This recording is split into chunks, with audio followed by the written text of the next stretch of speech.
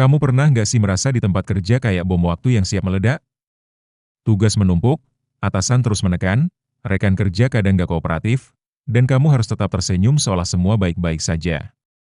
Di luar kamu terlihat tenang, tapi di dalam, emosimu udah seperti gunung berapi yang tinggal tunggu meletus.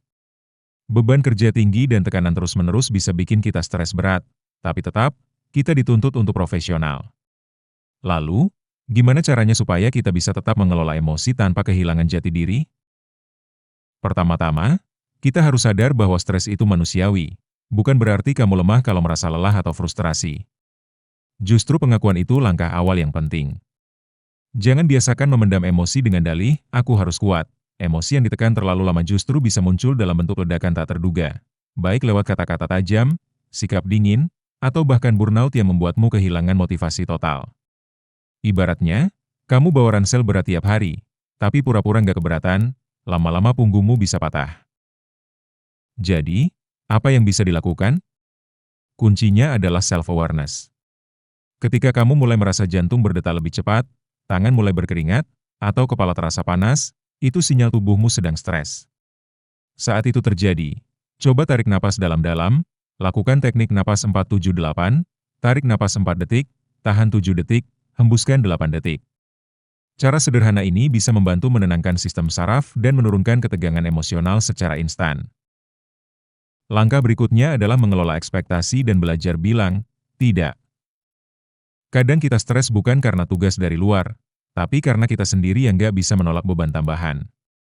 Belajar menetapkan batasan sehat itu bukan egois, tapi bentuk perlindungan diri. Misalnya, kalau kamu memang sudah overload, kamu bisa bilang dengan sopan, "Saya bisa bantu, tapi perlu waktu tambahan." Atau, "Saat ini saya sedang menyelesaikan tugas A, boleh saya selesaikan itu dulu?" Selain itu, penting banget punya coping strategi yang sehat. Jangan jadikan pelarian seperti marah-marah, nyinyir di grup kantor, atau makan berlebihan sebagai solusi. Ganti dengan aktivitas yang bisa jadi penyalur emosi, journaling, olahraga ringan setelah kerja, dengarkan musik yang kamu suka, atau ngobrol dengan orang yang kamu percaya. Emosi yang tersalurkan dengan cara positif bisa mengurangi tekanan tanpa merusak hubungan profesional. Dan yang gak kalah penting, bedakan masalah personal dan profesional. Kadang, kita bawa masalah rumah ke kantor atau sebaliknya, ini bikin emosi campur aduk dan bikin kamu gampang meledak. Latih dirimu untuk hadir penuh di tempat kamu berada. Saat kerja, fokuslah pada tugas. Saat di luar kerja, beri dirimu ruang untuk pulih dan recharge.